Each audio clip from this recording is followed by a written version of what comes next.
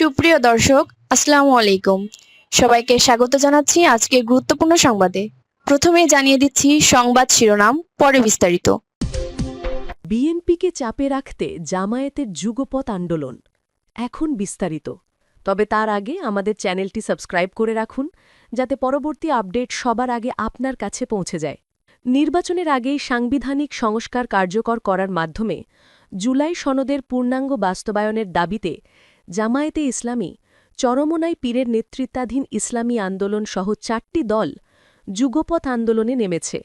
তাদের এই আন্দোলন আগামী নির্বাচনে জোটে রূপ নেওয়ার সম্ভাবনা রয়েছে।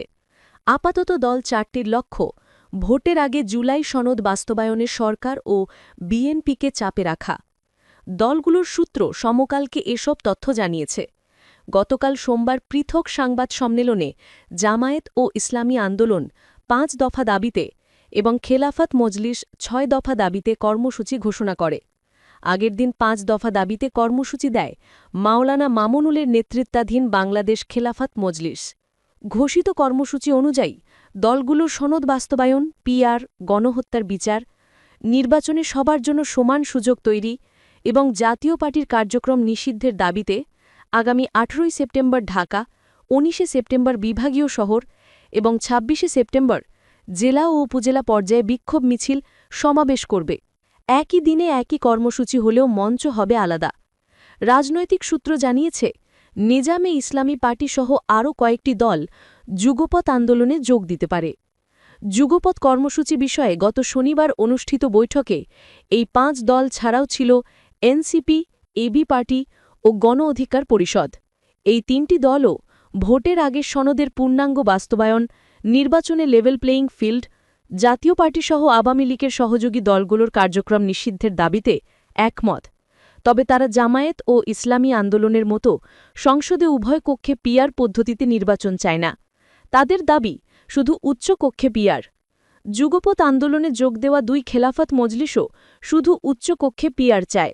এনসিপি ও এবি পার্টির সূত্র জানিয়েছে, ডানপন্থী ট্যাগ এড়াতে তারা এখনই ধর্মভিত্তিক দলগুলোর সঙ্গে জোট বা যুগপৎ আন্দোলনে যেতে চায় না।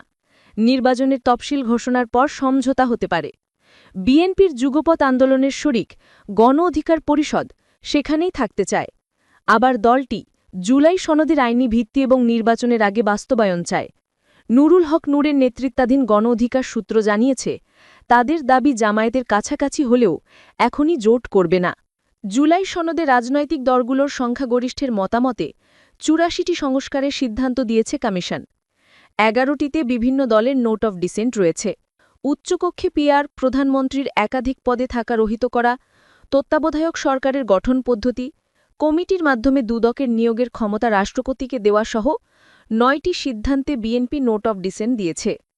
জানিয়েছে, ক্ষমতায় গেলে এগুলো বাস্তবায়ন করবে না। জামায়াত গভর্নর নিয়োগ সংক্রান্ত সিদ্ধান্তসহ কয়েকটিতে নোট অফ ডিসেন্ট দিলেও সবকটির বাস্তবায়ন চায়। রাষ্ট্রপতি নির্বাচন ব্যবস্থা নিয়ে নোট অফ ডিসেন্ট দেওয়া ইসলামী আন্দোলনের একই অবস্থান। প্রধান উপদেষ্টার নেতৃত্বাধীন জাতীয় ঐকমত্য কমিশন জুলাই সনদ চূড়ান্ত করলেও বাস্তবায়ন পদ্ধতি নিয়ে দলগুলো নিজ নিজ অবস্থানে অনড়। বিএনপি চায় সাংবিধানিক সংস্কার আগামী সংসদে ২ বছরে হবে। জামায়াত ইসলামী আন্দোলন মত দিয়েছে, বিশেষ সাংবিধানিক আদেশের মাধ্যমে নির্বাচনের আগেই সনদ বাস্তবায়ন করতে হবে। সংসদে সনদ অনুমোদন এবং তা গণভোটে গৃহীত হবে, যাতে কেউ বাতিল করতে না পারে। গত রোববার প্রধান উপদেষ্টা ড. মোহাম্মদ ইউনূসের উপস্থিতিতে ৩য় দফার দ্বিতীয় দিনে সংলাপ হলেও কোনো দলই সনদের বাস্তবায়ন পদ্ধতি নিয়ে নিজ নিজ অবস্থান থেকে সরেনি। কমিশনের বিশেষজ্ঞ প্যানেল সাংবিধানিক আদেশ কিংবা গণভোটে সনদ বাস্তবায়নে মত দিয়েছে। তবে সরকার এখনই সেদিকে না গিয়ে রাজনৈতিক সমঝোতায় গুরুত্ব দিচ্ছে। কমিশনের মেয়াদ শেষ হলেও আলোচনা চালিয়ে যেতে মেয়াদ বৃদ্ধির সিদ্ধান্ত নিয়েছে।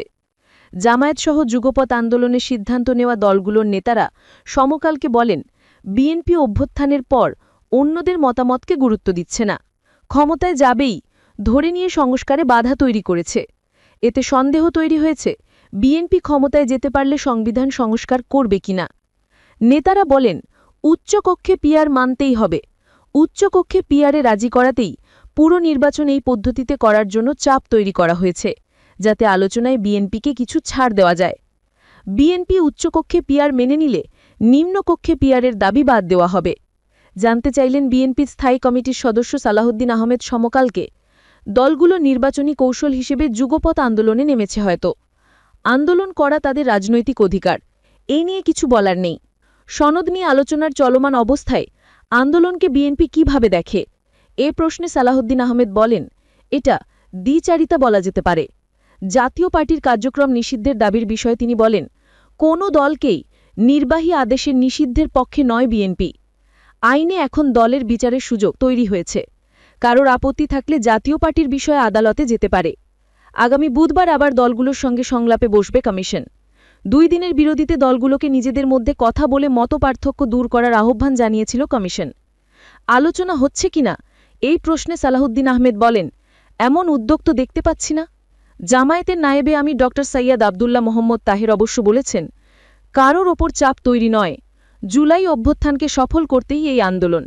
জুলাই সনদ বাস্তবায়ন হতে হবে। আন্দোলনে নির্বাচন অনিশ্চিত হতে পারে কিনা এই প্রশ্নে রাজনৈতিক বিশ্লেষক ড. জাহিদুর রহমান সমকালকে বলেন, চাপ তৈরির কৌশল হিসেবে জামায়াত ইসলামী আন্দোলন সহ দলগুলো আন্দোলনে নেমেছে। চাপ কি শুধু সনদ বাস্তবায়নের নাকি আসন ভাগাভাগির বুঝতে সময় লাগবে। জামায়াতের সংবাদ সম্মেলন। গতকাল সোমবার রাজধানীর মগবাজারে আল ফালা মিলনায়কে জামায়াতের নায়েবে আমির ড. তাহের কর্মসূচি ঘোষণা করে বলেন, স্বৈরাচারী শেখ হাসিনা পদত্যাগ করে দেশ ছেড়ে পালিয়ে গেলে সাংবিধানিক শূন্যতা সৃষ্টি হয়। সাংবিধানিক অনেক বিধান অকার্যকর হয়ে পড়ে। এমন পরিস্থিতিতে জনগণের অভিপ্রায়ের পরম অভিব্যক্তি এবং জাতীয় ঐক্যমত্যে অন্তর্বর্তী সরকার গঠিত হয়। এ সরকারের বৈধতার উৎস এবং ভিত্তি সংবিধানের অনুচ্ছেদ 7 বর্ণিত বিধানে জনগণের অভিপ্রায়। জুলাই সনদে সংস্কারের 84টি সিদ্ধান্ত হয়েছে। জামায়াত সনদের আইনি ভিত্তি চায়। আইনি ভিত্তি ছাড়া অভ্যুত্থান ব্যর্থ হবে। দাবি করেন, ডাক্তার তাহির এখনও যুগপৎ আন্দোলনের সিদ্ধান্ত হয়নি। তবে দাবি যেহেতু এক, তাই প্রতিটি দল নিজ নিজ জায়গা থেকে কর্মসূচি দিচ্ছে। এক প্রশ্নের জবাবে ডাক্তার তাহের বলেন, সংলাপে অংশ নেওয়া 31টির মধ্যে 25টি পিআরের পক্ষে। পার্থক্য হচ্ছে এইসব দলের মধ্যে অনেকেই উচ্চকক্ষে পিআর চেয়েছে। জামায়াতও আরও কয়েকটি দল উভয় কক্ষে পিআর চেয়েছে। যেসব দল পিআরের পক্ষে সবার সঙ্গে জামায়াত আলাপ আলোচনা চালিয়ে যাচ্ছে।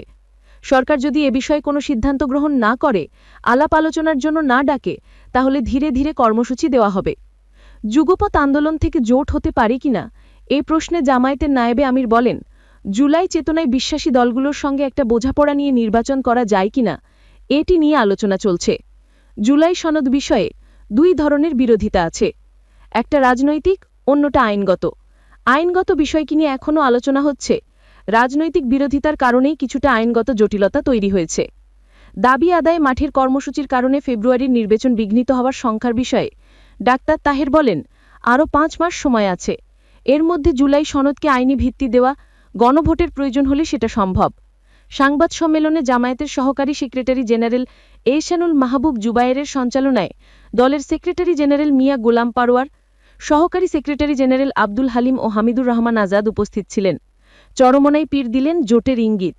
পুরানা পল্টনে দলীয় কার্যালয় সংবাদ সম্মেলনে ইসলামী আন্দোলনের আমির সৈয়দ রেজাউল করিম বলেছেন, ইসলামী দলগুলো জোটবদ্ধ হওয়ার কাছাকাছি রয়েছে। আগামী নির্বাচনে দেশ ও মানবতাপ্রেমীদের ভোট এক বাক্স আনার একটি পরিবেশ তৈরি হয়েছে। দাবি আদায় না হওয়া পর্যন্ত ধারাবাহিক আরও কঠোর কর্মসূচি দেওয়া হবে।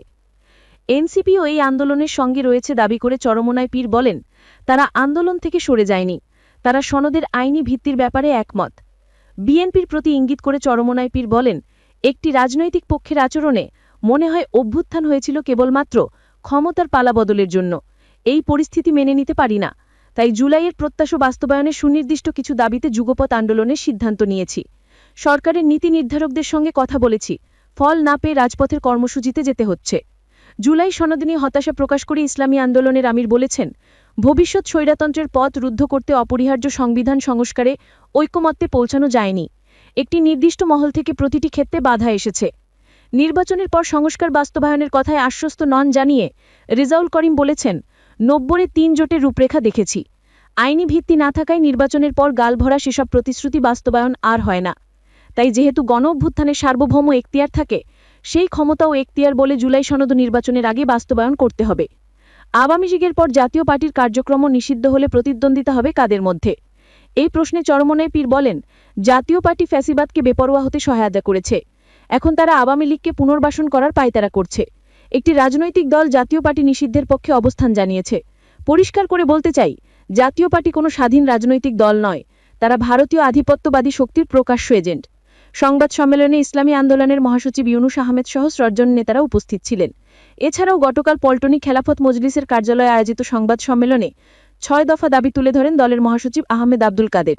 জামায়াত ও ইসলামী আন্দোলনের মতো এই দলটিও নির্বাচনের লেভেল প্লেইং ফিল্ডের দাবি জানিয়ে অভিযোগ করে, প্রশাসন ও আইন শৃঙ্খলা বাহিনী নিরপেক্ষ নয়, তারা সাংবিধানিক আদেশে সংবিধান সংস্কার এবং গণভোট দাবি করে।